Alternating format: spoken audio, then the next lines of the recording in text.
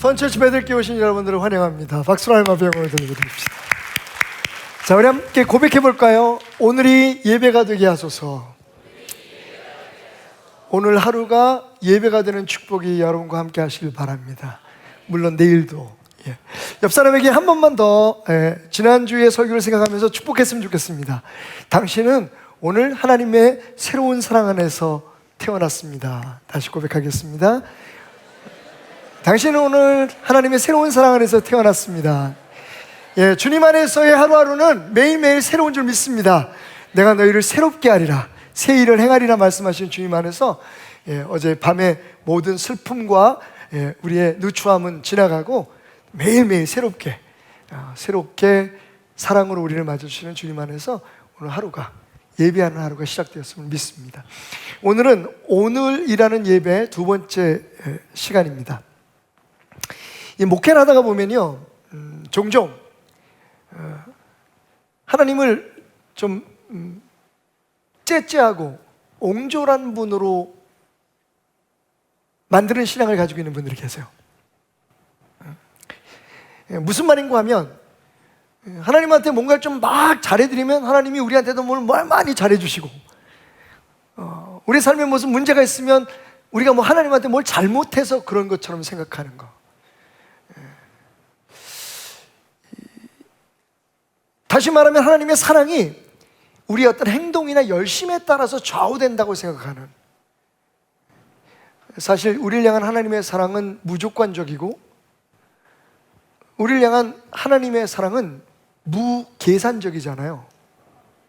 그렇지 않았다면 어떻게 저 같은 사람을 사랑하실 수 있겠습니까? 그럼에도 불구하고 많은 사람들이 하나님의 사랑을 째째하게 만들어버려요. 뭔가 잘해드리면 우리한테도 잘해주시고, 우리가 못해드리면 우리한테 막 저주를 하고 뭔가 문제를 일으키시는 분처럼. 건전하지 않은 신앙이죠. 그런데 그것만큼이나 또 잘못된 신앙이 있어요. 그건 뭐냐 하면 하나님 앞에 째째하고 옹졸한 신앙을 갖는 겁니다. 다시 말하면 무슨 어려운 일이 있으면 하나님 앞에 매달리고 하나님 앞에 찾아가서 막 기도하다가 그런 일들이 다 해결되고 평안해지면 하나님을 찾지 않습니다. 또 좋은 일들이 있으면 막 하나님을 찬양하다가 어려운 일이 있으면 하나님을 원망합니다. 하나님 앞에 넉넉지 못한, 하나님의 사랑을 이해하지 못하는 째째하고 옹졸한 사랑인 거죠. 그런 신앙인 거죠. 이 두 가지 신앙 다 사실은 건전하지 않은 신앙입니다. 우리를 향한 변함없는 하나님의 사랑, 매일매일 인자와 긍휼로 우리를 기다려주시고 기대해 주시는 그 하나님의 사랑, 우리가 잘하든 못하든 우리를 위해 십자가에 피 흘려 죽기까지 우리를 사랑한 그분의 사랑은 영원히 변치 않는다는 것을 신뢰하는 그런 믿음, 그것이 오늘 우리에게 필요한 믿음입니다. 여러분, 오늘 말씀은 예수님의 어린 시절에 대한 성경의 거의 유일한 기록입니다. 성경책이 어디가? 죄송합니다. 제가 성경책을 나이가 드니까 아이고 성경책을 잃어버리고 여러분, 목사가 성경책을 잃어버리고 강단에 있으면 말이 안 되겠죠. 오늘 예수님의 부모가 예수님을 잃어버립니다. 그것도 하루 동안이나. 오늘 말씀을 보면 44절에 이런 말씀이 있어요. 동행 중에 있는 줄 알고 하룻길을 갔다. 여러분, 무슨 일이냐면요, 유대인들에게는 3대 절기가 있어요. 여러분이 잘 아시는 것처럼 3대 절기가 있는데 유월절, 장막절, 오순절이죠. 그 중에 유월절에 있었던 일입니다. 아마도 성경을 이렇게 공부하다가 보면 예수님께서 처음으로 유월절 축제를 위해서 부모님과 함께 예루살렘에 갔었을 때의 일인 것 같아요. 그전에는 이제 유월절 잔치라든지 어떤 다른 그런 그 행사에 예수님께서 가셨다는 이야기가 없고, 또 유대의 법에 따라 예수님이 12살이 되었다고 하는 것을 여기에 밝히고 있는 것을 보면 처음 예수님께서 유월절에 그 축제에 참석하기 위해서 올라갔습니다. 사실 대단한 일이에요. 사실은 이런 3대 절기에 대부분의 유대인들은 그 유월절이나 장막절, 오순절 그런 축제를 예루살렘에서 갖기 위해서 1년 동안 번 돈을 가지고 올라갑니다. 그들에게는 굉장히 영광스러운 시간이고 은혜로운 축제의 시간이죠. 그런데 문제는 그렇게 올라가다가 보면 지방에서 사는 가난한 그런 백성들은 굉장히 어려움을 겪을 수가 있어요.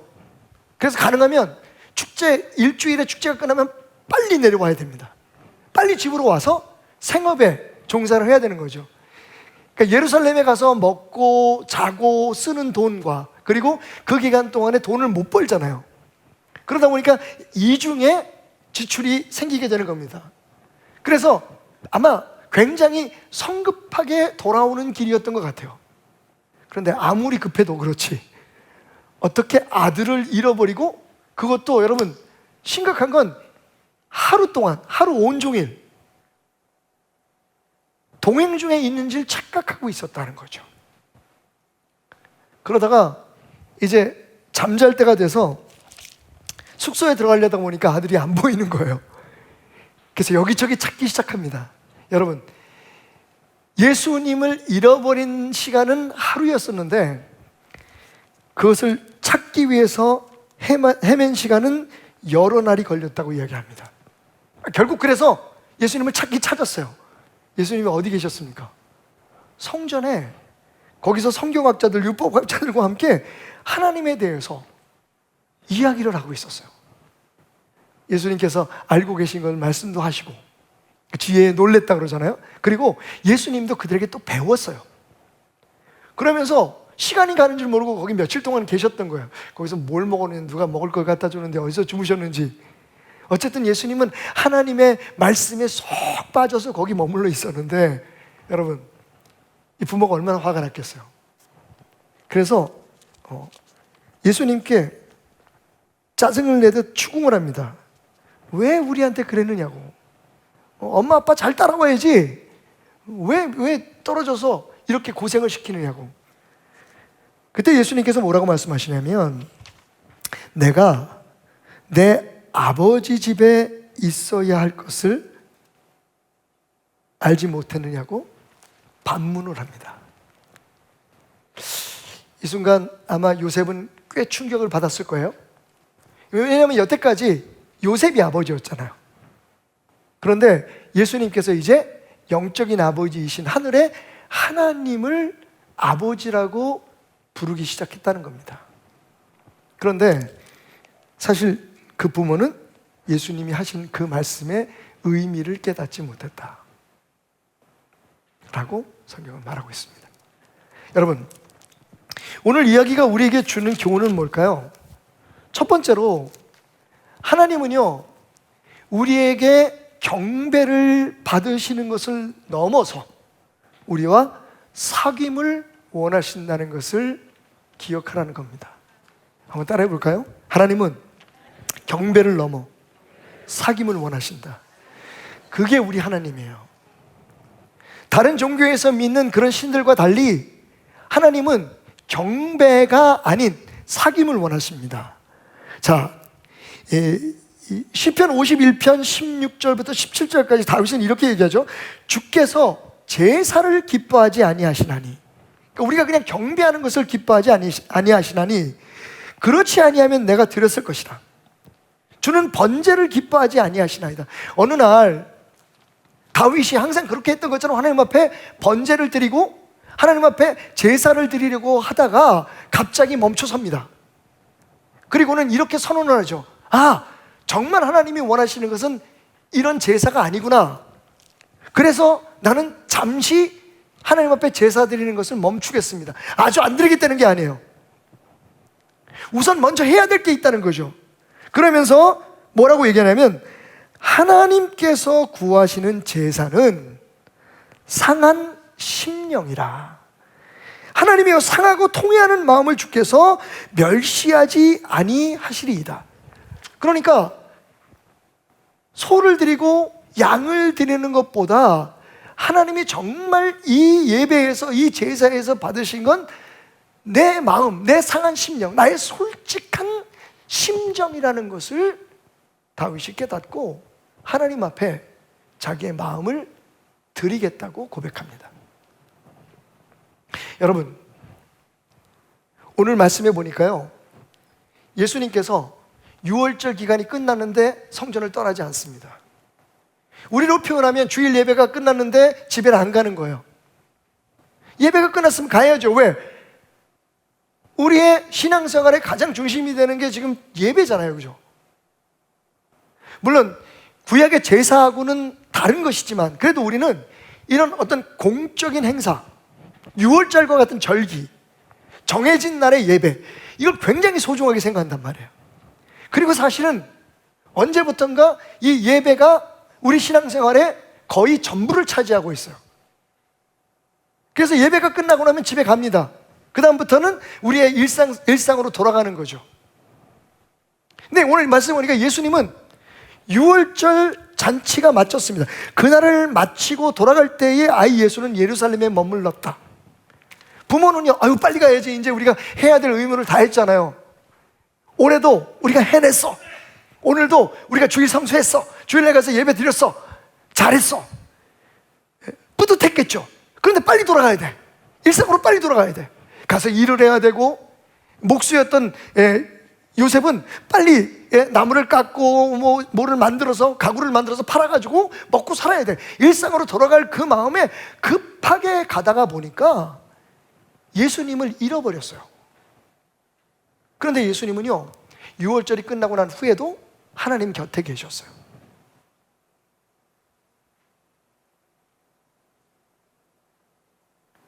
왜냐하면 예수님은 하나님께서 그런 어떤 정해진 공적인 형식적인 예배와 절기나 대회, 부흥회 이런 것보다 우리의 상한 심령, 우리의 진심, 우리의 삶 속에 사귐을 원하신다는 것을 알고 계셨기 때문입니다. 훗날 요한은 그의 편지에서 이렇게 말합니다. 요한 1서 1장 3절, 우리가 보고 들은 바를 너희에게도 전함은 너희로 우리와 사귐이 있게 하려 함이니라. 여러분, 기독교는 사귐이에요. 교제입니다. 우리의 예배는, 그래서 제가 구약의 제사와 다르다고 얘기하는 건, 구약에는 제사였어요, 말 그대로. 그런데 지금 우리의 예배는 사귐이에요. 요한은 내가 여러분들에게 전하는 복음, 내가 여러분에게 전하는 예수 그리스도에 대한 이야기는 우리와 사귐을 위해서 하는 것입니다 라고 말하면서, 우리의 사귐은, 그런데 그 사귐이 근거가 뭐냐면 아버지와 그의 아들 예수 그리스도와 더불어 누림이라 라고 얘기합니다. 그러니까 우리의 예배는, 우리의 신앙생활은 하나님 아버지와 그리고 그 아들 예수 그리스도와의 사귐, 그 사귐 안에서 성도들과의 사귐을 누리는 것이다. 이게 예수 그리스도가 이 땅에 오셔서 새롭게 우리에게 정의하신 신앙의 내용인 것이죠. 많은 사람들은 우리가 이렇게 함께 모여서 드리는 예배를 목숨을 걸고 지켜야 된다고 생각을 해요. 그런데 그 외에 다른 시간에 우리가 드려야 할, 정말 하나님이 원하시는 하나님과 사귐이라고 하는 예배에 대해서 그렇게 중요하게 생각하지 않습니다. 의무적이든 아니면 마음에서 우러나든 교회에서 하는 어떤 공식적인 예배, 그것도 주일 예배에 딱 국한해서, 사실은 좀 여유가 있으면 수요 예배도 나오고 금요 예배도 나오고 하면 좋은데 일상에 방해가 되는 거예요, 이게. 그죠? 그건 형편에 따라서 다를 수 있어요. 특별히 우리 교회 같은 경우에는 정말 먼 곳에서 오는 분들이 많아요. 2시간, 3시간이 걸려서 오시는 분들이 계시는데 그분들에게 수요일 날 오셔야 됩니다. 안 그러면 지옥 갑니다. 이게 말을 못 하겠어요. 금요일 날 오셔야 됩니다. 예? 직분자들이 공예배를 빠지면 어떡합니까? 라고 저는 얘기하지 않습니다. 오히려 우리가 회의를 할 때 가끔 그런 얘기가 나와요. 우리가 직분자가 됐는데, 우리가 장로들이 됐는데 공예배에 빠지지 말아야지. 그럼 제가 오히려 말립니다. 장로님, 공예배 오실 수 있는 형편이 되는 분도 있고 그렇지 않은 분도 계십니다. 그러니까 우리 그렇게 서로 얘기하지 말고 내가 열심히 합시다. 내가 할 수 있는 대로 합시다라고 얘기를 해요. 그럼에도 불구하고 여러분, 이건 양보할 수 없어요. 그 공예배에 참여하지 않든 그 예배를 포함해서, 우리가 참여하는 예배를 포함해서 정말 하나님이 우리에게 원하시는 것은요, 하나님과의 사귐이라는 거예요. 모든 것이 완벽하고 최고의 그런 전문가들로 이루어진 그런 예배를 드리고 나서 우리가 하나님을 충분히 섬겼다, 우리 교회는 정말로 하나님을 잘 섬기는 교회라고 얘기할 수 없다는 겁니다.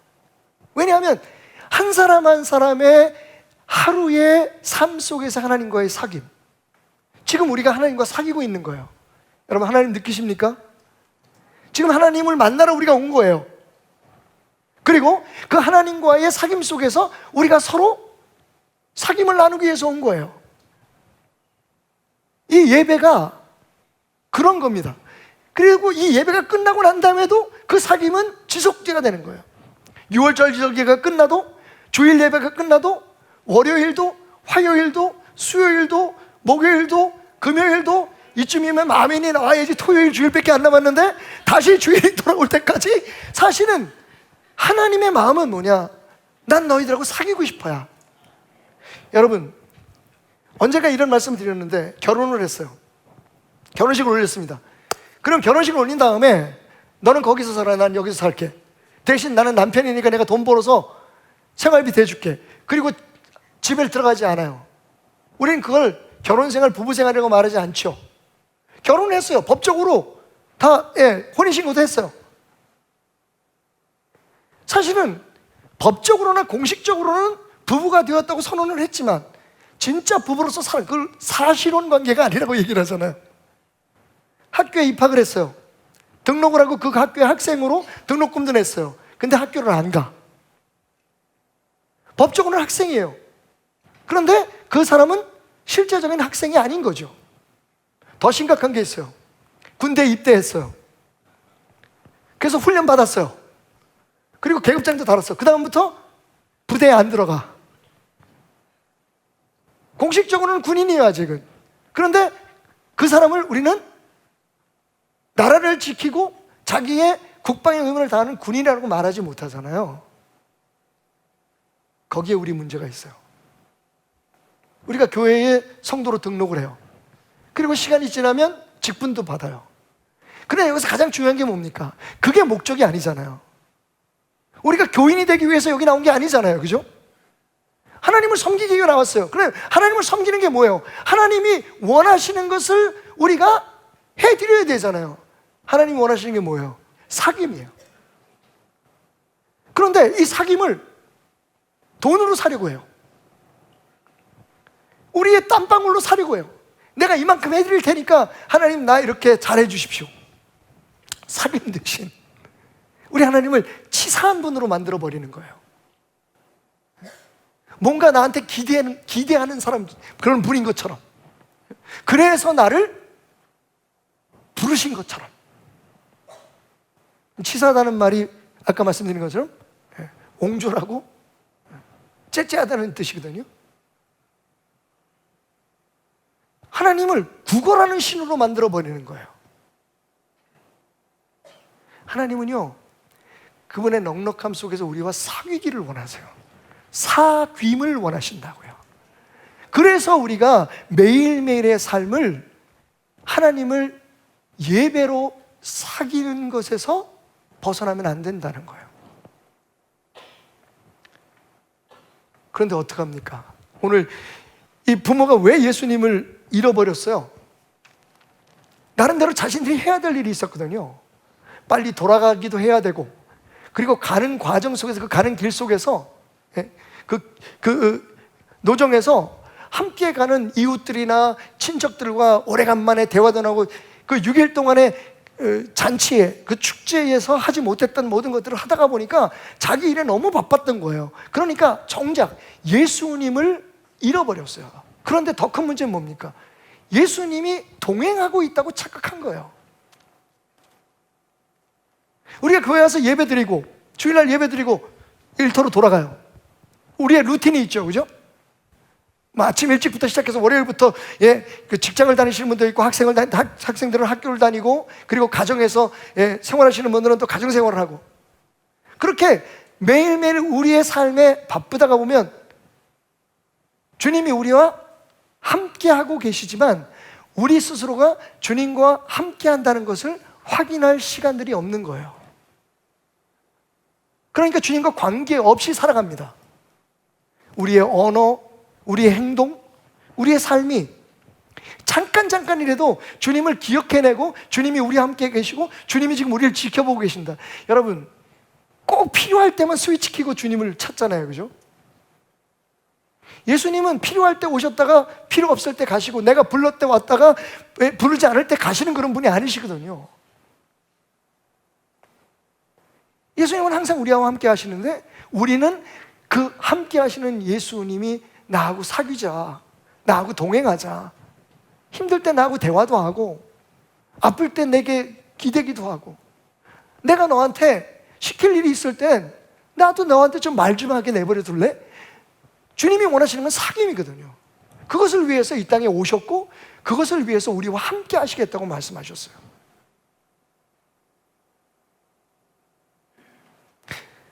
자, 그렇다면 어떻게 주님과 사귀는 삶, 다시 말하면 주님이 우리와 함께 하신다는 것을 느끼면서 예배, 즉 주님을 만나는, 하나님을 만나는 그 순간들로 우리들의 예배를, 하루를, 오늘을 채워나갈 수 있을까요?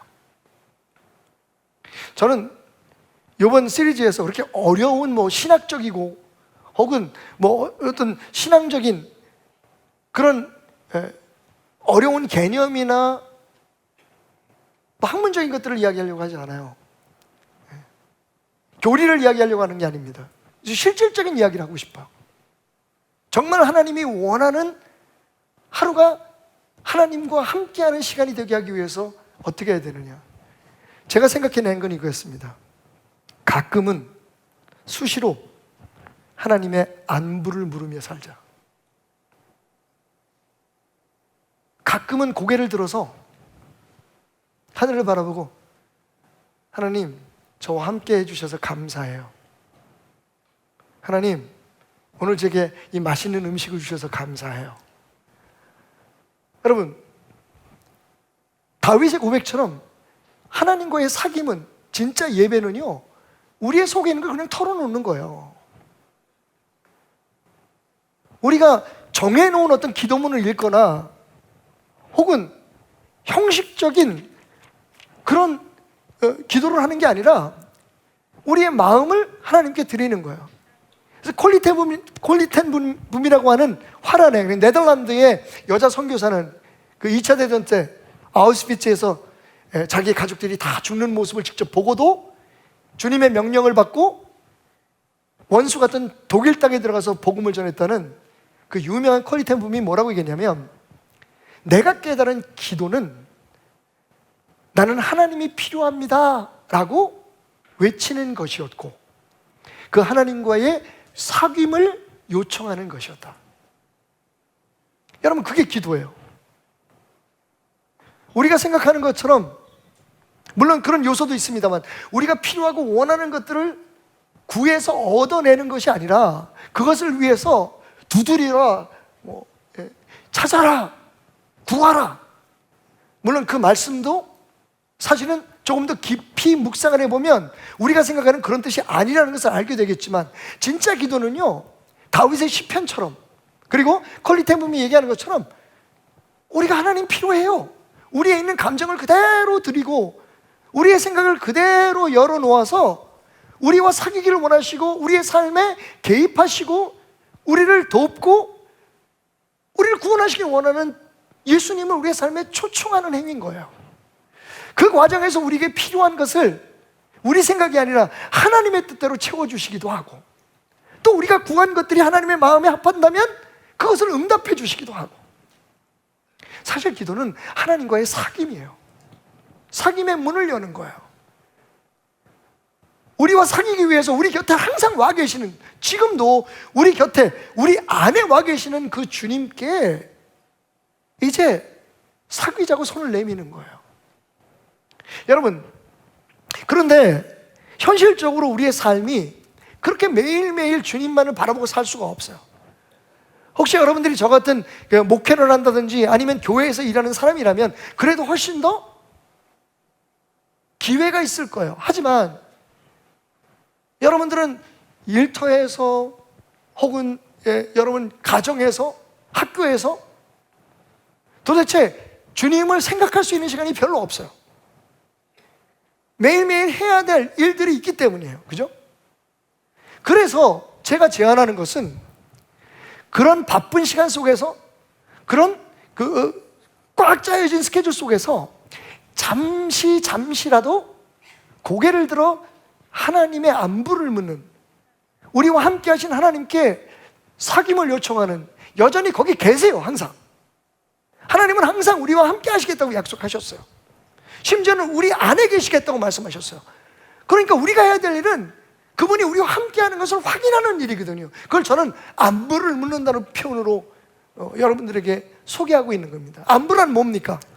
어떤 사람이 잘 있는지 그렇지 않은지 그걸 묻는 것을, 그런 소식을 안부라 그러잖아요. 그러니까 안부를 묻는다는 것은, 물론 하나님은 잘 계시지 않을 수가 없어요.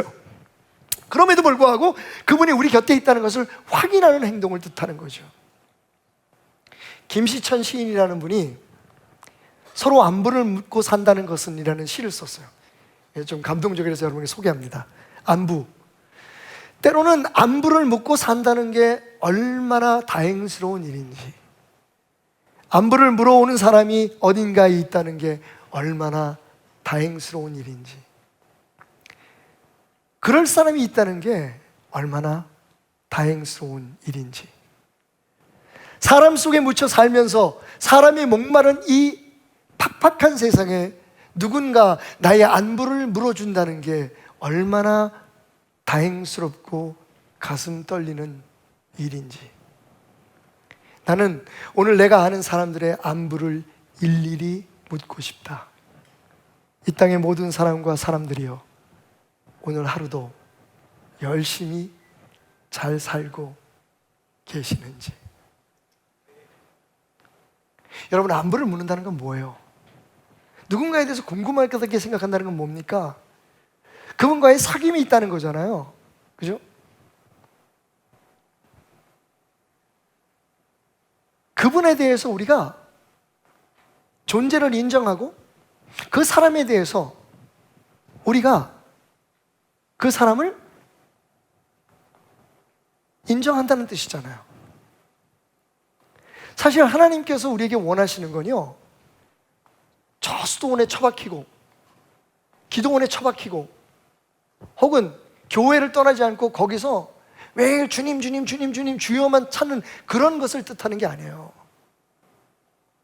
우리의 삶 속에서 하나님이 우리와 함께 있다는 것을 잊지 않으려고 몸부림치고, 하나님이 우리와 함께 하시는 목적이 우리를 보호하시고 인도하시고 우리의 삶의 주인이 되셔서 우리의 삶을 아버지의 뜻대로, 그분의 뜻대로 이끌어 가시기 위해서 우리를 지켜보고 계시고 우리를 돕고 계신다는 사실을 가끔은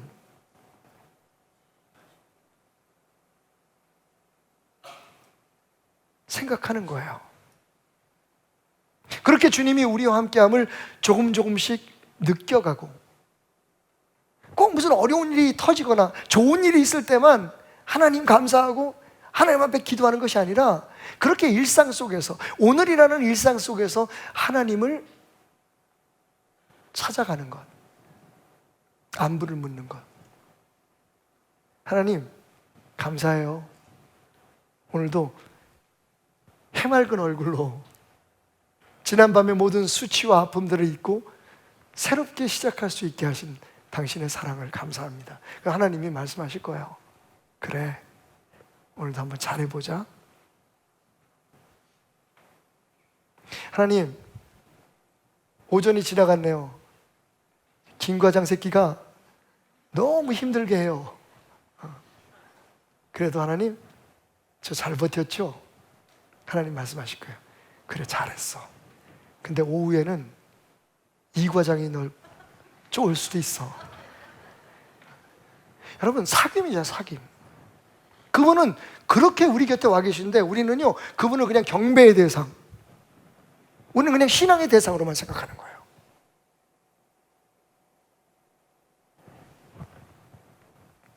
그래서 정말 실질적인 제안을 드릴게요.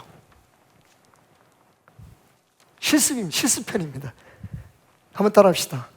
식사 기도라도 소중한 습관으로 삼자. 최소한. 여러분, 저는요, 이 식사 기도가 오늘이라는 예배를 드리기 위해서 우리에게 허락해 주신 하나님의 놀라운 축복이라고 생각해요. 제가 오늘 이 자리에서 식사 때마다 식사 기도하고 식사하시는 분 손 들어보라고 하지는 않겠습니다. 여러분, 의외지만 저 깜짝 놀랐어요. 통계상 식사 기도를 제대로 그냥 그런 거, 하나님 감사합니다 이거 말고요, 그건 기도가 아니지. 정말 앞에 밥을 놓고 집에서뿐만 아니라 교회에서는 당연히 이따 국수 드실 때 다 하실 거죠. 그거 말고 정말 일터에서, 카페테리아에서, 직원 식당에서, 혹은 우리가 외식할 때 뭐 하다못해 회식 자리에서 정말 진지하게, 아주 정말 진심으로 기도하면서 식사하는 그리스도인들이 반도 안 된다는 거예요. 여러분은 어떠세요? 나 기도하는데? 여러분 기도 한번 제가 예측해 볼까요? 하나님, 오늘 귀한 음식 주셔서 감사합니다. 이 음식 먹고 힘내서 잘 살게 해주세요. 아멘. 여러분, 캐톨릭에는요, 정해진 식사 기도가 있어요. 그거 참 편리해요. 여러분 아시다시피 성호를 그리잖아요. 그러니까 사실 옆 사람이 별로 그렇게 신경을 안 쓸 만큼 아주 간단하게 할 수 있는 기도예요. 뭐라고 기도하냐면 식전 기도와 식후 기도가 있어요. 근데 나는 식후 기도하는 천주교인은 못 봤는데 어떤 식전 기도하는 사람들은 많이 봤어요. 식전 기도는 간단해요. 주님, 은혜로이 내려주신 이 음식과 저희에게 강복하소서. 간단하게 이런 말이에요. 지금 주신 이 음식과, 하나님이 주신 이 음식과 저를 축복해 주세요. 예수 그리스도 안에서 비옵나이다. 이게 기도예요. 그리고 성호를 그어요. 딱 끝내. 한 15초? 10초? 티도 안 나. 그런데 여러분, 제가 말씀드리는 그런 기도가 아니에요. 짧든 길든 정확하게, 여러분 적어도 하루에 3끼? 2끼? 그 시간에 하나님 앞에 정말 우리가, 하나님이 우리와 함께 하시며 이 순간 내가 하나님을 기억하고 있다는 것, 하나님과의 사귐을 요청하고 있다는 것을 하나님 앞에 아릴 수 있는 시간이 있으면 좋겠다고요. 내가 사람들 앞에서, 세상 앞에서 하나님의 사람인 것을 정확하게 선언하는 거죠. 그게 부끄러우면 예수 믿지 말아야 돼요. 예수 왜 믿습니까? 저는요, 저처럼 이렇게 화통살만 먹은 소리로 하나님 오늘 귀한 음식 주셔서 감사합니다, 우리 베델교회 시험도들 성도 하나하나가 주여, 이렇게 하라는 얘기가 아니에요. 쪽팔리게. 하지만 정말 진심으로 하나님 그때 계신다니까요. 그런데 왜 제가 식사 기도를 강조하냐면, 식사 기도만큼 하나님을 생각해낼 수 있는 시간이 그렇게 많지 않아요. 밥 안 먹고 삽니까? 제가 미국에서 모시고 있던 사모님, 좀 일찍 돌아가셨어요. 간호사 출신이셨는데 저와 제 아내가 처음 전도사로 그 교회 갔을 때에 사모님이 정말 우리를 따뜻하게 맞아주셨어요. 밥도 해주시고 부족한 뭐 이런. 네, 좀 일찍 돌아가셨어요. 사고로. 근데 그 사모님한테 저희가 정말 놀라운 게 있어요. 저는 목사들인데도 그런 걸 배워본 적이 없는데 이 사모님이요, 우리 둘을 앉혀놓고 그런 말씀하세요. 식사하시면서, 박 전사님, 사모님, 저는요 그날 제가 하나님 앞에 읽기로 작정한 말씀을 읽지 않으면 밥을 안 먹습니다. 깜짝 놀랐어요. 밥을 안 드신대요. 근데 진짜 밥을 안 먹어요. 그러니까 밥을 먹으려면 이 사모님은 꼭 말씀을 묵상하고 기도하고 그리고 식사를 하세요. 병원에 가서 간호사 일을 하시면서도 많은 사람들이 보는 앞에서 길지 않게 말씀 읽고 기도하고 그러고 식사를 하세요. 우리는 상관없잖아요, 그죠? 밥은 먹어야 사는데 하나님과의 교제는 없어도 살 수 있잖아요. 아멘? 어휴. 아멘이라도 좀 하시죠. 이게 뭐가 잘못돼도 대단히 잘못된 거예요. 여러분 보고 신학교 들어가서 목사 되라는 얘기 아니에요. 여러분 보고 수도 승대고 산에 올라가서 텐트 치고 거기서 24시간 살라는 얘기 아닙니다. 하나님 우리 그런 거 원하지 않으세요. 여러분 초대교회 성도들 보십시오. 어떻게 살았습니까? 밤낮으로 자기 일을 열심히 했어요. 그리고 밤에 모여서 하나님 앞에 예배를 드렸어요. 집에 있든지 성전에 있든지 혹은 직장에 있든지 예수가 구세주라는 것을 전했다고 얘기를 해요. 거기에 비하면 우리의 지금 신앙생활은 종교적 생활이에요. 기도도 종교화됐고요, 찬양도 종교화됐고요, 주일 성수도 종교화됐어요. 주님이 원하시는 건 종교가 아니라 사귐인데, 교회 등록해놓고 주일 예배만 참석하면 그 외의 시간들은 하나님과 아무 관계없이 살아도 괜찮다고 생각해 왔어요. 교회에 충성된 사람을 만들려고 하다 보니까, 교회에 도움이 되는 사람을 만들려다 보니까 정말 하나님과의 관계가 밥을 먹는 것만큼, 그거보다 더 중요하다고는 말을 못하겠어. 저도 먹는 걸 하도 좋아해서. 저는요 솔직히 다이어트 하시는 분들도 기도하셔야 된다고 생각해요. 밥을 앞에 두고 하나님 앞에 내 마음을, 그때의 나의 삶의 마음을, 하나님을 찾는 거예요. 꼭 밥을 주신 것만 감사한 게 아니라 하나님 우리에게 왜 밥을 주셨겠어요? 여기서 한번 여러분에게 묻고 싶어요. 여러분 정말 최근에 식사 기도하다가 울어보신 적 있나요? 저는 꽤 있어요. 제가 영적으로 여러분보다 더 깊어서가 아니라 제가 눈물을 흘리며 기도해야 될 그런 식사 자리가 저에겐 꽤 많아요.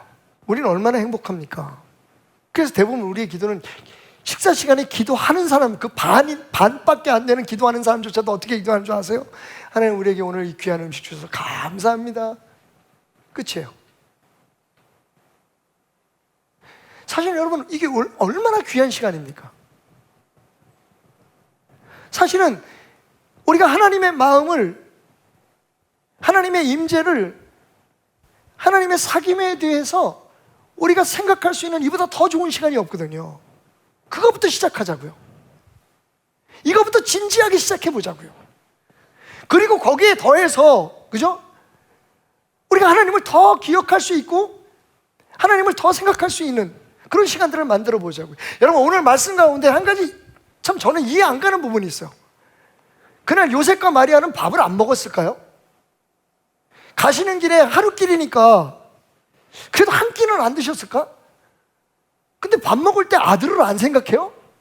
뭔가 좀 잘못된 것 같지 않아요? 여러분 우리 그러지 맙시다. 밥 먹읍시다. 그런데 밥 먹을 때 예수님을 생각하자고요. 동행 중에 있다고, 나는 잘 믿고 있어. 나는 오늘도, 내가 지난 주일날 예배 잘 드렸는데 뭐, 내가 또 온라인으로 지금 예배 드리고 있는데 뭐, 여러분 그렇게 동행 중에 있다고 우리 스스로의 그런 기준에서 생각하지 말고 정말 동행을 하자고요. 주님과 주님과 동행하는 게 뭐라고요?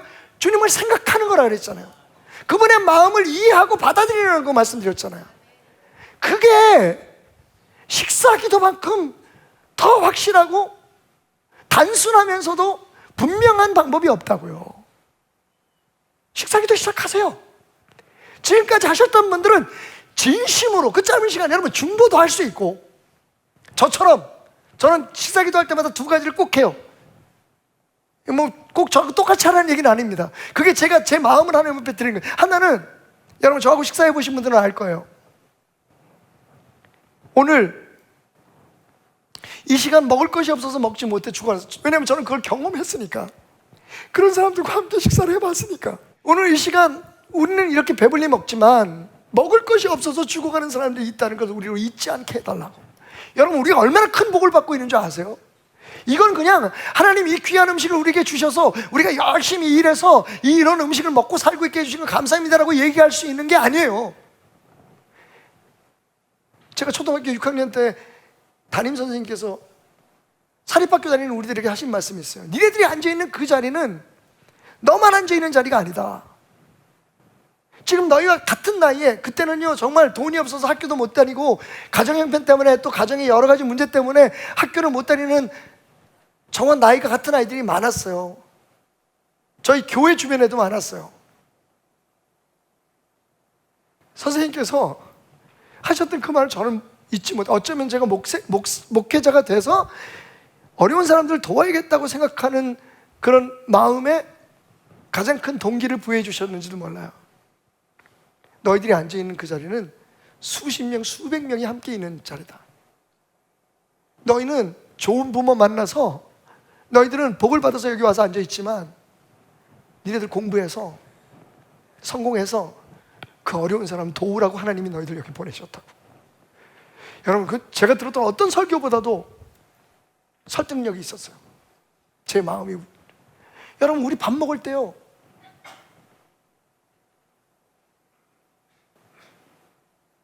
너무 생각 없어요. 그래서 저는 하루 가운데, 여러분 이거 무슨 뭐 교리도 아니고 이건 무슨 신학도 아닙니다. 그런데 제가 생각할 때 식사 시간만이라도, 정말 식사 기도만이라도 사람들 앞에서 당당하게, 그리고 하나님 앞에 하나님의 사귐을 기억하고 하나님의 요청과 하나님 우리에게 맡기신 사명을 기억하는 기도를 드릴 수 있다면 저는요 그 하루가 정말 예배가 될 수 있는 아주 좋은 시작이라고 생각해요. 최소한. 여러분 말씀 몇 구절 읽어드리겠습니다. 예수님이 하신 말씀이에요.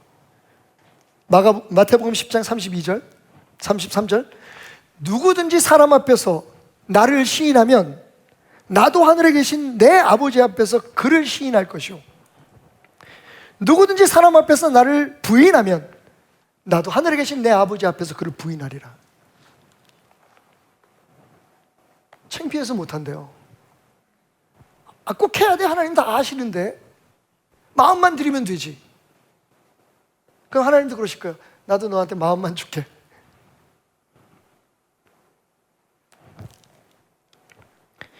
시편 91편 14절부터 16절까지 말씀. 하나님이 이르시되 그가 나를 사랑한즉 내가 그를 건지리라. 그가 내 이름을 안즉 내가 그를 높이리라. 그가 내게 간구하리니 내가 그에게 응답하리라. 그들이 환난 당할 때에 내가 그와 함께하여 그를 건지고 영화롭게 하리라. 16절 내가 그를 장수하게 함으로 그를 만족하게 하며 나의 구원을 그에게 보이리라 하시니라. 여러분 당연히 우리가 하나님을 사랑하고, 당연히 우리가 하나님의 이름을 알고, 당연히 우리가 어려울 때 하나님 앞에 간구해야 되잖아요. 그런데 하나님은 말씀하십니다. 그게 축복이라고. 네가 그렇게 하면 나도 너에게 응답하고, 너의 그 사귐의 요청에 나를 인정하고 나의 존재를 선언하고 시인하는 그곳에 나도 너에게 축복하고 나도 너에게 응답하고 내가 너를 구원하고 너의 삶을 복되게 해서 장수하게 함으로 그 사귐에 화답하겠다고요. 하나님 말씀하세요. 그런데 창피해서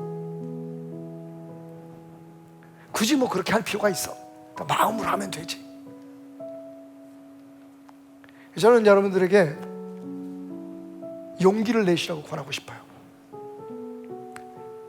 짧지만 정말 오늘 하루가 하나님 안에 있음을, 하나님이 우리와 함께 하심에 대한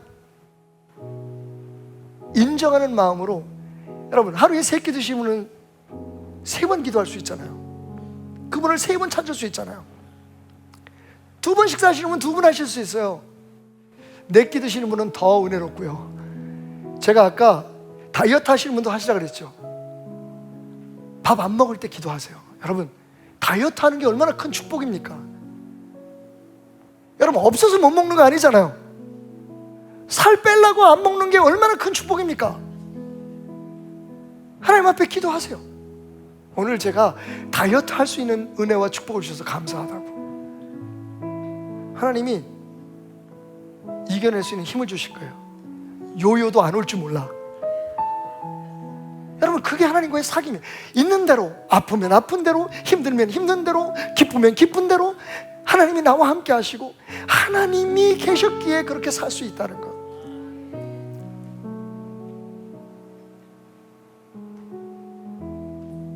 수술실에 들어가기 전에 사랑하는 사람을 하늘나라로 보내는 장례식에 참여할 때, 여러분,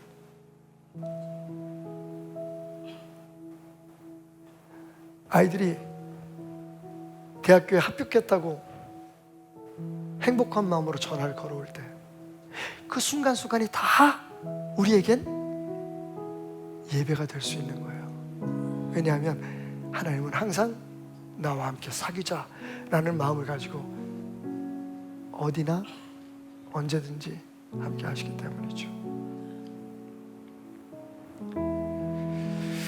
그래서 설교를 정리하자면,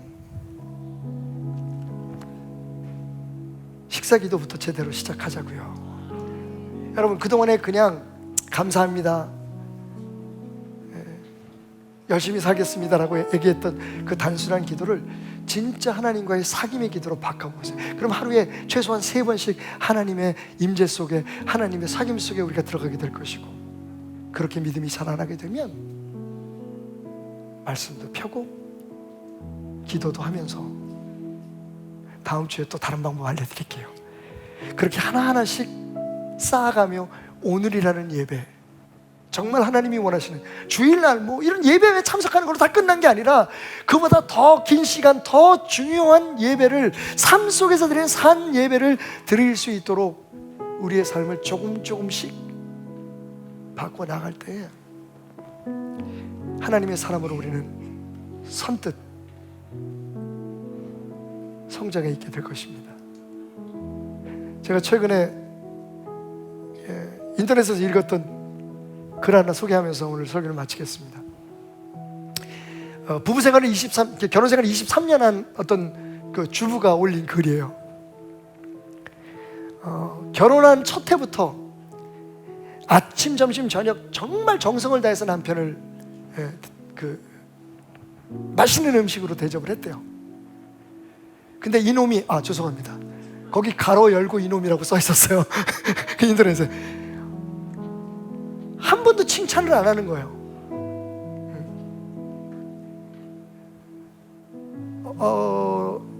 지금 남편들 몇 분이 고개를 숙이시는데 그러면 안 돼요. 티납니다. 그거 내 얘기인데. 근데 시댁에 가가지고 음식을 그렇게 하면요, 시어머니도 야, 우리 며느리가 진짜 된장찌개 하는, 뭐 시누이들도 다 자기가 해주는 음식을 맛있다고 하는데 그놈만 얘기를 안 하는 거예요. 그래서 한 몇 년을 살다가 너무 속이 상해가지고 남편한테 그냥 그 기회를 보고 얘기를 했대요.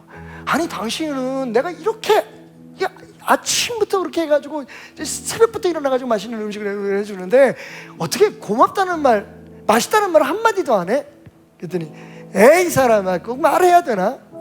먹어주는 걸 고맙다고 생각해 이 사람아, 이러고 넘어가더라는 거예요. 그랬더니 그분이 23년이 되는 해에 배탈이 난 거예요. 장염이 걸렸는데 이게 엄청나게 심한 장염이 걸려가지고 병원에 입원을 했어요. 그래서 며칠 동안 아무것도 못 먹은 거야. 닝거 꽂고 있다가 그래서 이제 의사 선생님이 이제 뭐 좀 먹어도 될 것 같아요. 그래서 죽을 쏟아 바쳤대요. 남편이 딱 몇 숟갈 먹더니 눈물이 글썽거려서 죽은 역시 당신이 끓여준 게 제일 맛있어. 처음으로. 그런데요, 속에서 주먹만한 우라가 치솟아 올라더래요. 이 사람이 참, 그동안에 내가 몇 년을 진짜 새벽부터 일어나서 남편 하나 바라보고 이렇게 열심히 음식을 했는데 한 번도 칭찬을 안 하더니, 인정을 안 해주더니, 죽을 먹으니까 이제 칭찬을 안 해. 이제 인정을 안 해. 그러면서 맨 마지막에 이런 줄을 남겼어요. 당신의 남편은 어떻습니까? 우리가 참 못하는 게 하나 있잖아요, 그죠? 사실 못하는 게 아니고 잘 안 돼. 인정하는 거 잘 못해. 칭찬하는 거 잘 못해. 특히 부부끼리, 가족끼리, 그죠? 근데 이게 보면 우리 신앙에도 연결이 돼. 교회 생활하면서 누구를 이렇게 뭐 칭찬해주고, 누구 잘했다고 이렇게 응원해주고, 이거 잘 못해. 그냥 열심히 교회 나와서 남 신앙생활하다가 마음에 맞는 사람끼리만 이렇게 또 사귐을 갖다가 그건 그냥 가버리면 끝이야. 주중에 뭐 당신들끼리 서로 전화해가지고 사귐을 가는데 하나님하고 사귐을 얼마나 가는지 잘 모르겠어. 근데 정말 결정적으로 문제는 뭐냐면요, 하나님의 은혜에 대해서 너무 당연한 걸로 생각해. 동행 중에 있는 걸로 생각한다. 당연히 내가 받을 것으로 생각하는 거야. 왜? 난 지금 열심히 주일 섬기고 있고, 나는 지금 교회에 집사고, 나는 지금 몇십 년 동안을 정말 찬송 부르고 예배에 참석하고 믿었으니까.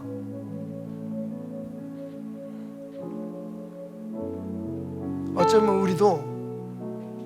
우리도 죽을 먹을 때가 돼야 하나님 앞에 하나님 이 죽 감사합니다라고 인정하게 되는 어리석음을 범할지도 몰라요.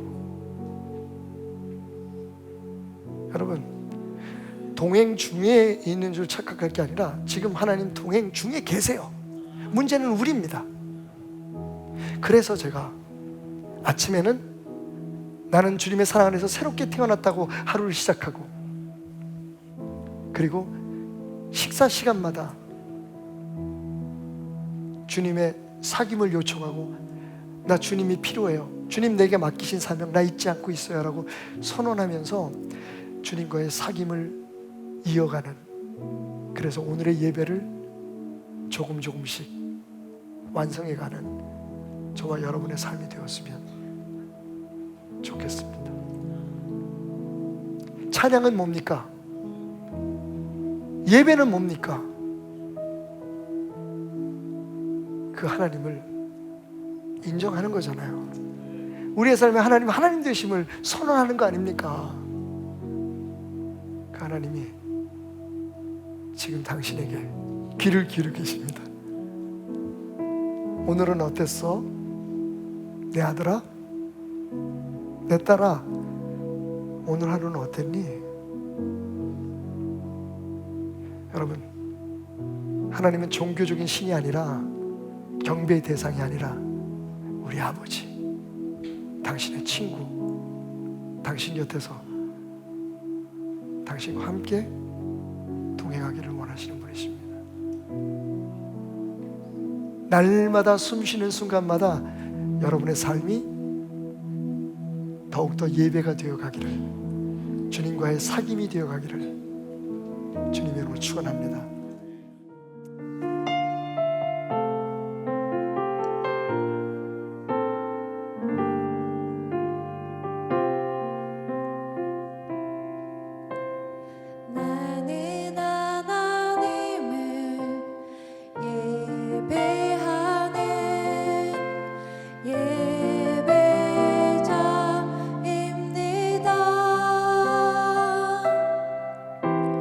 내가 서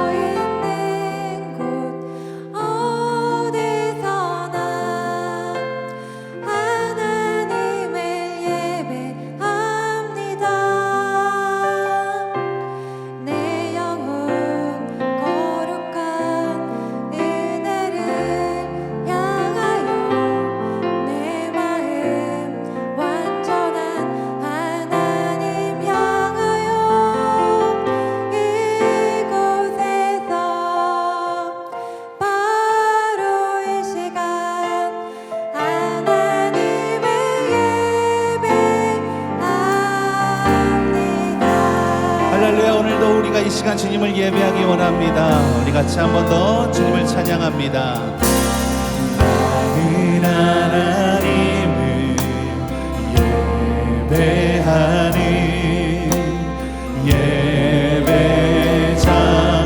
예배자입니다. 내가 서 있는 곳 어디서나 하나님을 예배합니다. 내 영혼 거룩한 은혜를 향하여 내 마음 완전한 하나님 향하여 이곳에서 바로 이 시간 하나님을 예배하.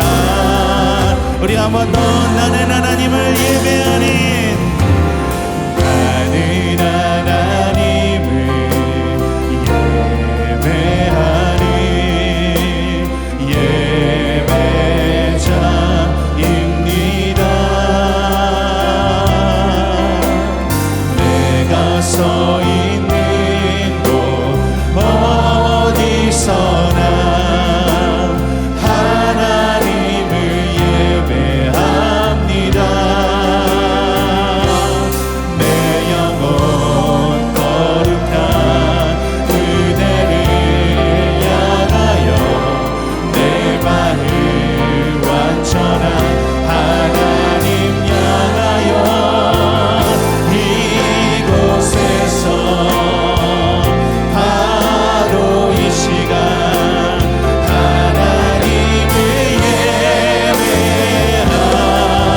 내 영혼 거룩한 내 영혼 거룩한 은혜를 향하여 내 마음 완전한 하나님 향하여 이곳에서 바로 이 시간 하나님을 예배합니다. 찬양합니다. 예배합니다. 찬양합니다. 주님만 날 다스리소서. 예배합니다. 찬양합니다. 주님 홀로 높이 받으소. 예배합니다. 찬양합니다. 예배합니다. 찬양합니다. 주님만 날 다스리소서. 예배합니다. 찬양합니다. 주님 홀로 높이. 우리 한 번 더 고백합니다. 예배합니다. 예배합니다. 찬양합니다. 주님만 날 다스리소서. 예배합니다. 찬양합니다. 주님 홀로 높이. 우리 마지막으로 한 번 더 고백합니다. 예배합니다. 예배합니다. 찬양합니다. 주님만 날 다스리소서. 예배합니다. 찬양합니다. 주님 홀로 높임 받으소서. 주님 홀로 높이 받으소서. 할렐루야. 오늘도 주님을 예배합니다. 주님을 찬양합니다. 할렐루야. 오늘도 주님을 예배하며 찬양합니다. 우리 같이 이 시간 같이 일어나서 신나는 마음으로, 이 시간 기쁜 마음으로 주님을 찬양하며 나가길 원합니다.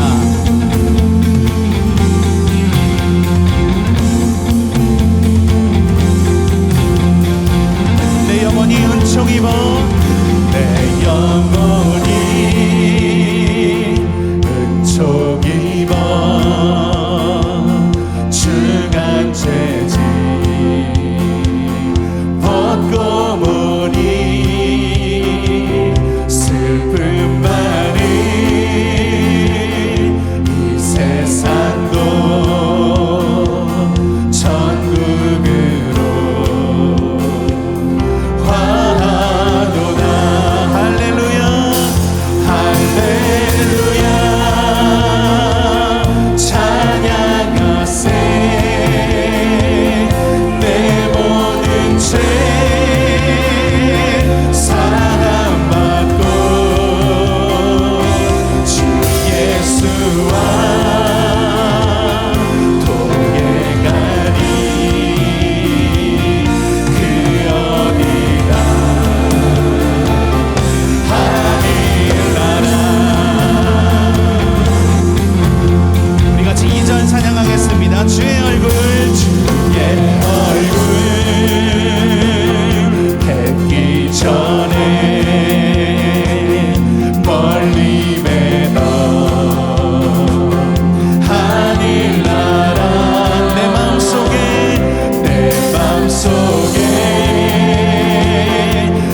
이루어지니 날로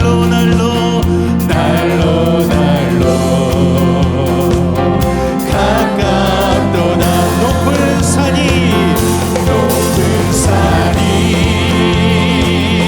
거친 들이 조망이나 궁궐이나 내 주 예수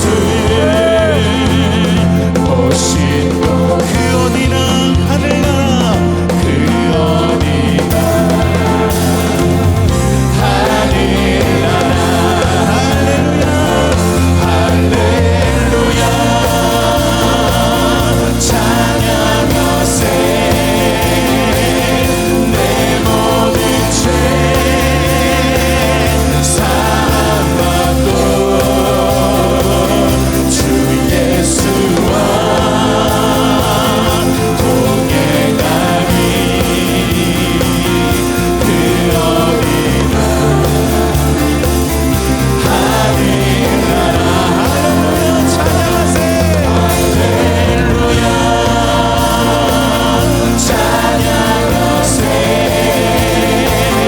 내 모든 죄 사함받고 주 예수와 동행하리. 그 어디나 우리 마지막으로 할렐루야 찬양하세. 내 모든 죄 사함받고 주 예수와 동행하리. 그 어디나 하늘나라. 주 예수와 동행하리. 주 예수와 동행하리. 그 어디나 하늘나라.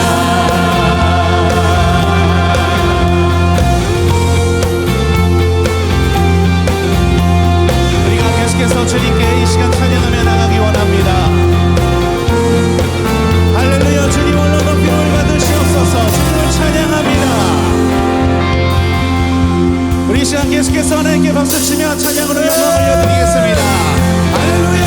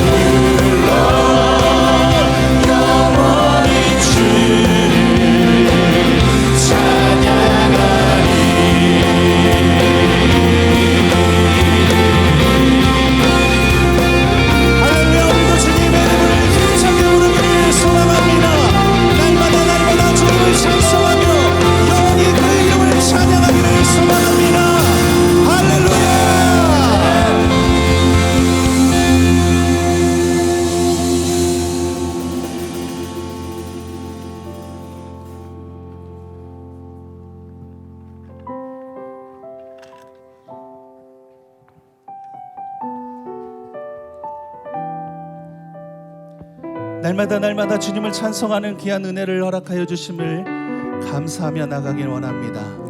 오늘도 주님의 은혜가 아니면 우리가 이 자리에 설 수 없음을 고백합니다.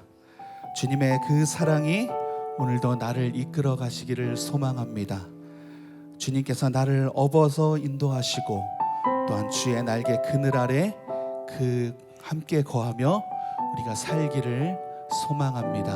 우리 같이 마지막 찬양 하나님 앞에 고백하며 이 시간 나아가겠습니다.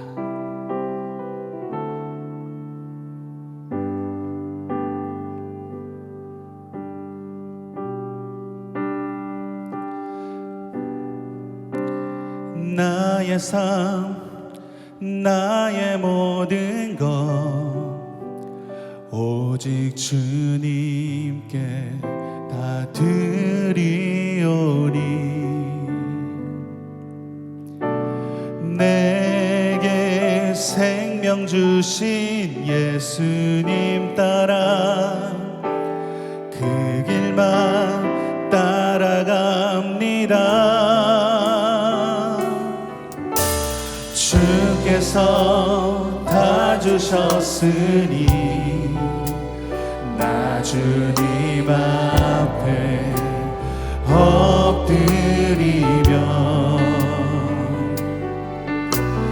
내 생명 다 바쳐서 경배합니다. 아낌없이 드리리.